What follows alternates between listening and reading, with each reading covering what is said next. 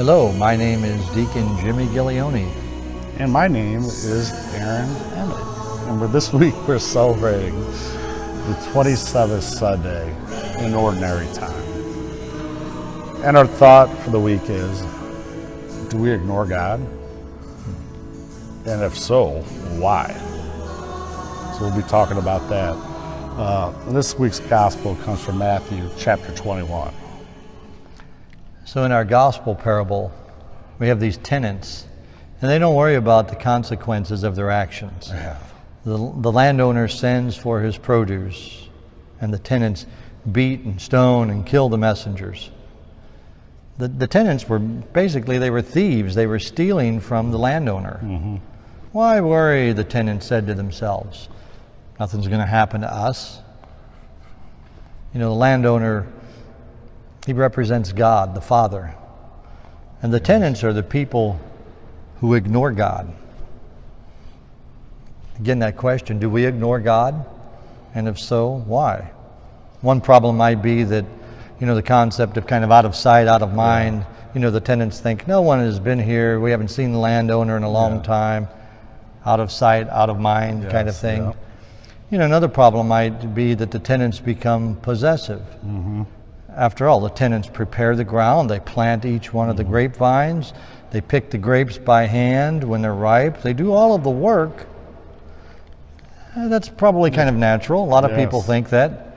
We do the same thing. The UPS delivery man calls it his truck. Yeah. At work, it's our computer or it's our tools or whatever it might be, even while we still know that the company owns the truck and the computer and the tools. Mm-hmm. Well, the trouble in this gospel parable story is that the tenants had slipped over the edge. They really began to think and to feel that not only that they controlled the vineyard, but that the vineyard belonged to them. Yeah, they owned it. It was them, and they didn't have to worry about it. Yeah. It's a great thought there, Deacon Jimmy. And again, I love how Jesus gives that parable, to those chief priests out there. And he gives that question knowing that a common set of answer that anyone would say, because what Jesus said. And again, I love how he's just so direct with them. He compared them to those wretched tenants, but they're the ones that said about those wretched tenants. Yeah. And then he flat out told them that you're not going to enter the kingdom of heaven.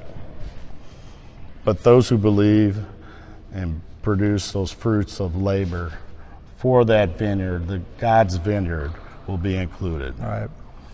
So let me ask you this. Do you talk, walk, think, and act like God? Or do you think like those greedy tenants? Or do you produce those good fruits, for Jesus and the kingdom of heaven out there?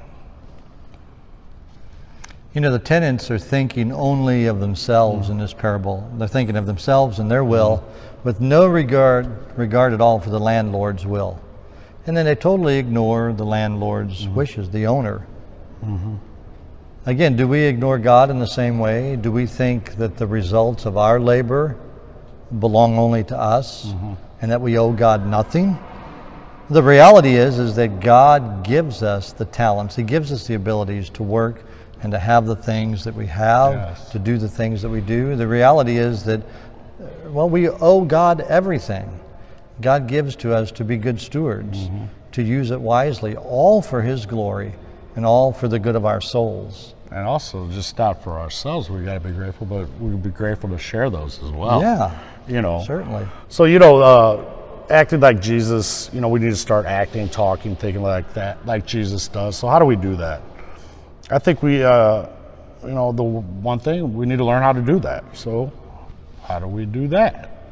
If I'm not mistaken, I think there's something out there that Jesus gave us that we all be given a playbook to use. Yeah, I think so. For every given moment in our lives on how Jesus thinks and acts and talks and walks. Call me a little bit crazy, Deacon Jimmy, but I think it's something called a little thing called the Bible. I don't know if you guys heard of that. You're a little bit crazy. That's radical, but you're right. We just need to read that daily readings each week, and then ask the Holy Spirit to guide us, but listen, and then take immediate action. Pretty simple plan, right? But you got to act upon it. We have to do it. The wisdom words for the week are, your life is the fruit of your own doing. You have no one to blame but yourself.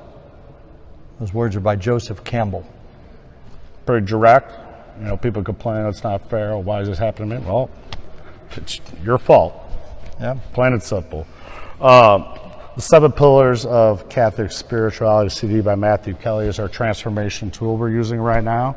He has these great pillars that, the Mass, the big one he talks about reconciliation, and then contemplation, the Rosary.